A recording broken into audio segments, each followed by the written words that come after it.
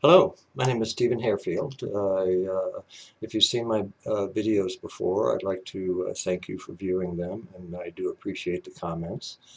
They're all constructive to me.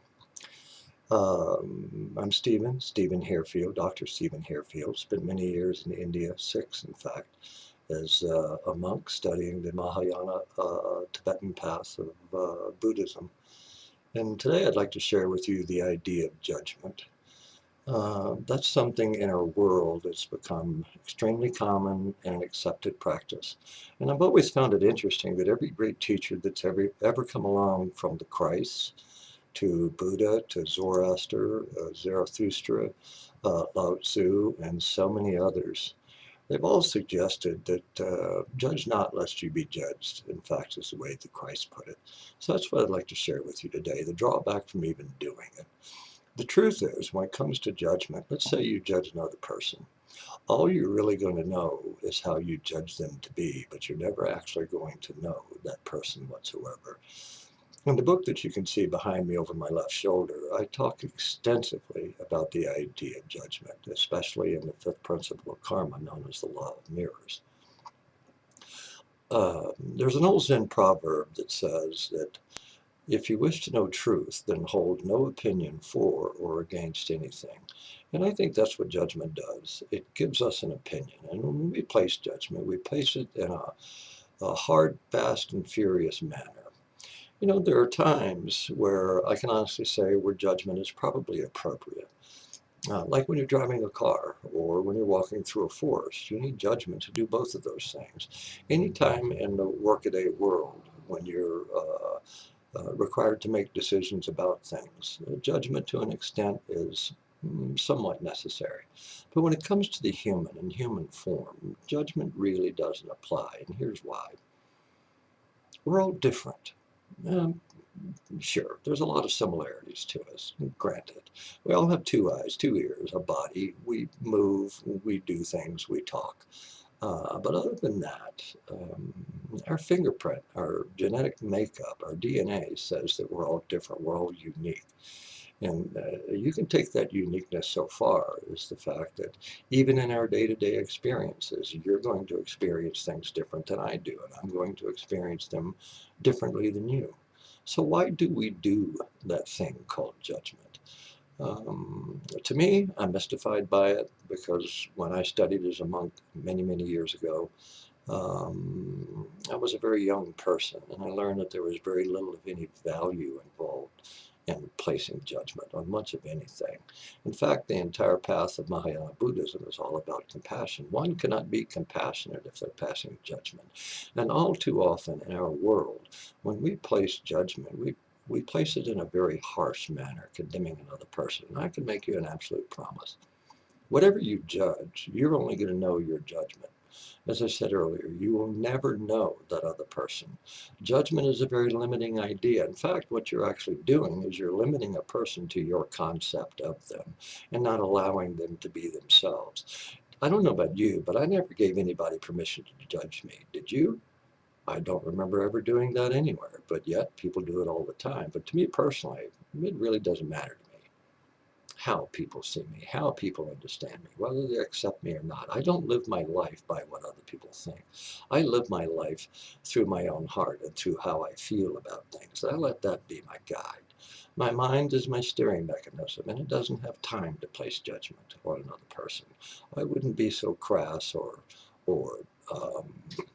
how do I want to say it, so limiting of other people as so many people in our world choose to do. Judgment is just something that is going to place an extreme level of limitation. Because when you judge another person, as I already shared with you twice now, that all you're going to know is your own judgment. And you can't even know that person after that. And yet constantly we're doing that with people. They're doing this, they're doing that. You know what? When it comes to human behavior, every human is going to behave differently than every other human. And how can you judge that? What gives any human the right to pass any level of judgment on any other human? Um, there is no right, except That's a choice. That's a decision that each person makes. And if you decide to live in a level of limitation, then I guess that's your choice. And I'm absolutely okay with that. But I will assure you of something. If you're seeking a spiritual path or a path of consciousness where you fully want to understand yourself in all aspects, then my suggestion is not only don't judge others, but don't even judge yourself. Because when you judge yourself, you're putting your own self in a box. And we've all heard the phrase, why don't you get outside of the box? Well, that box is something that we all as individuals have built. We are the ones that put up the fences. We are the ones that put up the boundaries. And we do that through that illusion of judgment to how we think we may be better than another person. Even if you think you're less than another person. See, here's the fallacy in that. All humans are equal. We are completely equal. No one color is any better than another color. No one path is really any other path. In fact, in India, if you were to go there, what you would hear is this, is there are many paths to the one God, and all of those paths are acceptable. But I can make you a promise. Something that's not going to get you into that divine state of being is going to be the idea of passing judgment on another human. That is absolutely inappropriate. But once more, you do what it is that you choose. That's how you choose to live your life, and I'm certainly not going to condemn that. I don't know what it is about us humans and the idea that in the statement, do not judge lest you be judged. I don't know why we don't get that, because all we're doing is keeping that person bound to our mind. Is that fair to another person? Actually, no, it's not. In truth, when you look at the fifth principle of karma and the law of mirrors, it talks extensively about the idea of judgment. And here's the essence of what the law of the mirror says. You cannot see something in another person that is not contained within you first. And that's just simply the truth. In other words, if you think somebody's an idiot, then I can promise you, you've had an experience where you felt that way. So if you have felt that and you have done that, what gives anyone the right to judge another person in that manner that they're being an idiot? Well, hey, once more, that's your option. That's something you can do. And that's something that is available to you. But the only way that we can know any of that is through our very own experience. And here's the funny thing. When you pass a judgment, here's what you have to do first. What you have to do first is you have to compare that person to you. Now, how can you do that? Take a look at your fingerprint. How many fingerprints do you think are like yours in the entire universe? How about none? And if that's true, and if that person's unique and a unique expression of the divine, how in the world can you actually think that you're above them to condemn them for a moment where they felt maybe, possibly, that they just simply wanted to be an idiot? Well, we've all done that. And frankly, the times I've been an idiot, I thought it was kind of fun, even though I knew at the moment I was doing something that was going to leave that impression. And you know what? It was okay with me because it was me doing it, and it's my life, and it's my being, and it's my consciousness. And my consciousness chose that. Now, honestly, it's been many, many years since I've had the opportunity of offering my own self that experience. You see, here's the other idea about judgment. When you judge yourself, you're actually limiting you. And what most of us don't realize is we're all truly unlimited until we start putting our own boundaries upon our own selves. And if we're going to put our own boundaries upon our own selves, then it would make sense to me that we're going to do that with everybody else that we come across. I have a suggestion for you. I'd like to ask every person that views this video, and I do appreciate it deeply, go one day, heck, go 1 hour without passing any judgment. The other side of the idea of judgment is also this. We look at things as good, that's a judgment. We look at things as bad, that's a judgment. Well, most of the people that view my videos believe in the idea that there's no such thing as a coincidence, that everything happens for a reason. Well, if that's true, you tell me where in the world good and bad fits. When you look out there at the world at things going on in the Middle East or this disaster or that disaster, we say that's a bad thing, is it? Forest fires have been around forever. That's Mother Nature's way of clearing things out. Humans just happen to get into the way. If you live in a forest, the truth is you're running the risk that you could experience a forest fire and you could lose your home. That's unfortunate. Is that a bad thing? No, it's just simply an experience. When we look at through the filters of good and bad, how in the world can we really experience life? Here's the funny thing. If you see something as good, it's just because you agree with it. Okay, that's great. And if you see something that's bad, then the same thing is true. You're just seeing something that you don't agree with, and you're labeling it as something else. When we look at the Middle East, we could say that's horrendous, but what if there's more going on there than meets the eye? What if what we're seeing is the power of the individual finally exerting itself, finally saying, we are not taking any more of this stuff. We want to have whatever it is that we as a society and that part of the world choose. Is that a bad thing? Look, I was in a war, Vietnam to be exact. I don't particularly care for the idea, but you know what? If that's what these people are choosing and that's the path that they're choosing to take, then more power to them. Getting rid of a tyrant, is that a bad thing? No, it's a thing. And you know what? The power of the individual is coming more and more into play. We're all starting to realize that maybe the paths that we've been following is not necessarily the best individually and collectively. And when I say collectively, I'm talking about every human being in the world. Because we all have a right to our own types of experiences that we choose. No experience should be controlled or shaped or jaded by the idea of government or by the idea of power and control. It shouldn't be controlled by the idea of economies. It shouldn't even be controlled in truth by religion. And speaking of religion, I have nothing against it. It's just another path. It's a path that's teaching a person something about life and a philosophical idea that they choose to believe in. But I find that the religious people happen to be the most judgmental of all when all other icons say don't do it. Even I know I'll end up getting comments from people talking about me saying something about religion. Keep in mind, I have nothing against it. That's your chosen path. It's just simply not mine. I'm not into dogma, and I'm okay with that. So simply be okay with what I am attempting to share with you. See, without judgment, we can be more open to life. Without judgment, we can be more receptive. We're more willing to receive the opportunities of life because that's all that's ever in front of us. There's no such thing as a good thing. There's no such thing as a bad thing. There are only things. And that's all there is. And you know, when we can learn to be that open in our own lives with everybody that we meet, we would find our lives would be a lot more enjoyable in a lot of different ways.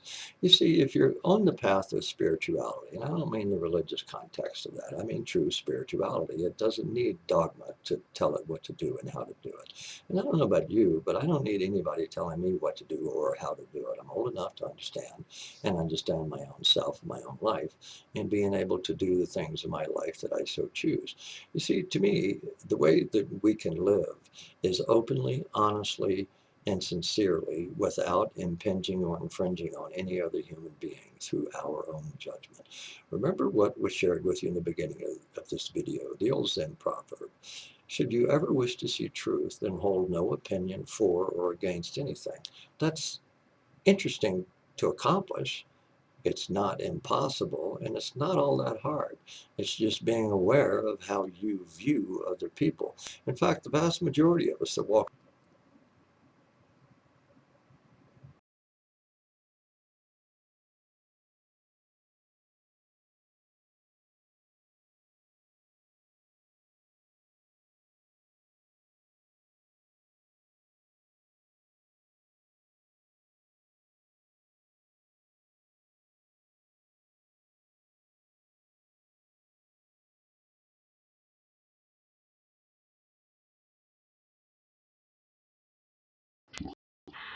You're on that path of consciousness, on that path of spirituality. The biggest limiting factor that's going to block anybody from it is the idea of judgment and the illusion of judgment. Once more, we have no right to do that, but once more, you can do anything it is that you choose.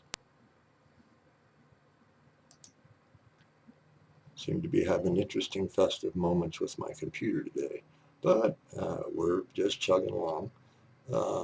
Just keep sending me messages. Now, see, I could sit there and judge that and say, oh my goodness, right in the middle of my video. No, I'm not even going to stop. Don't even care. That's just technology and it has no control over me. And speaking of judgment, that's the other side of the coin. We don't realize how much control that we place on ourselves and limitation that we place on ourselves every time we judge an experience. You see, No one has to live in any level of limitation. It's my understanding and what I've been taught and studied through the vast majority of my life is we are divine creatures, and we will never know what that is or what that's like until we overcome the illusion of judgment and the other illusions that we run around with, like good and bad, right and wrong. Those things really have no necessity to apply. Yes, there's some things out there in human behavior that aren't the best things that they can do. But you know what?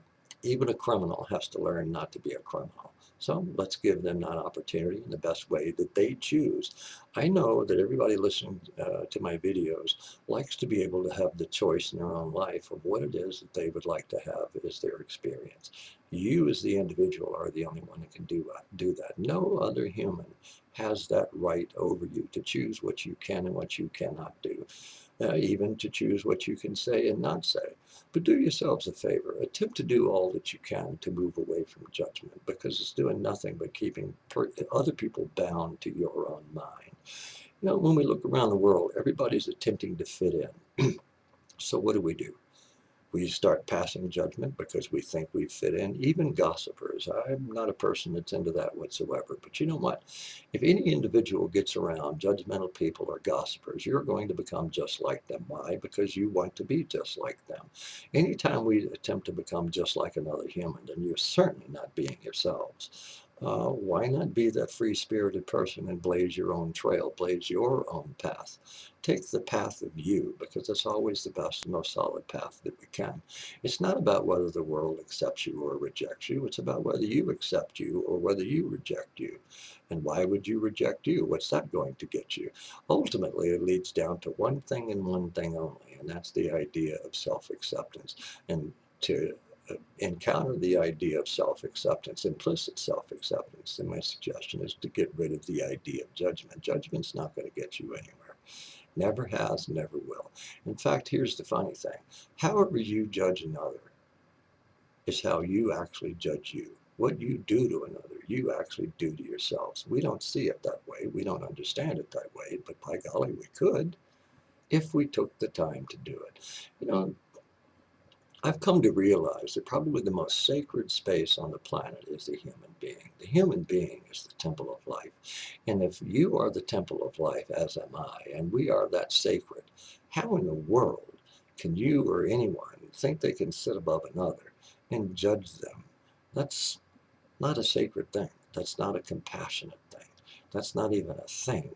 It's just doing something that's detracting from what any and all of us could be in our world, in our reality. Wouldn't it be wonderful to have a world where there was no such thing as war, where there was no such thing as guns, where there was no such thing as crime, laws, governments? Well, maybe the best way to get rid of any and all of that is by simply dropping how we judge things to be. Keeping in mind, sometimes judgment may be appropriate. I already shared with you, like driving a car, walking through the forest, walking a narrow path, in the mountains, or even climbing a mountain. That's where judgment is indeed going to be necessary. See, judgment is placed by left brain. Left brain is designed to deal with the physical world, with physical reality. And we rely too much on that today. My suggestion to you is don't do that. You know, I'm going to talk for a second about that book sitting over my left shoulder, The 12 Sacred Principles of Karma. Because in there, as I've already shared with you, there's at least two chapters that really get involved. One's the law of mirrors, and the other is you attract to you what you are, not what you want. If you're really interested in a really good book to read about you, about your experiences, about the ideas of cause and effect, and I can assure you that karma is not a thing of punishment. What karma is it is an equalizer. And based on that context, when you pass judgment on another person, you are going to experience what you judged that person to be. So if you don't want those experiences, why not just simply not judge them? Ladies and gentlemen, I intend to have a lot more videos coming up through the coming weeks and months. I hope you stay with me, follow them, and listen to them. My whole intention is to have everybody awaken to the truth of who they are. In fact, I have a couple of videos on my channel that are simply titled that, The Truth of Who You Are. Um, And if you'd like to contact me, you can go to my website at www.hairfield.com. That's Hairfield. And I do respond to all of my emails myself. And I'm available to work with people and help them understand themselves to improve your life, your quality of life. And if you want to start doing that, then why not begin with the idea of just setting yourself free from the chains of judgment? That you can control. That you can do. It's just a question of whether you choose to. Once more, my name is Stephen, and I love life, I love people, and I can't think of anything better than that to do. Thanks for listening. I hope you enjoyed this short video. And once more, thanks much. And you might want to check out the 12 Sacred Principles of Karma. In fact, on my website, you can go there, click on books, and you can read a chapter while you're there. Thank you. Appreciate it. Have a beautiful day. And may your life be filled with love, light, and joy. In India, they have a phrase, Shanti Satyam Nama, which is peaceful, endless truth to you. Thank you.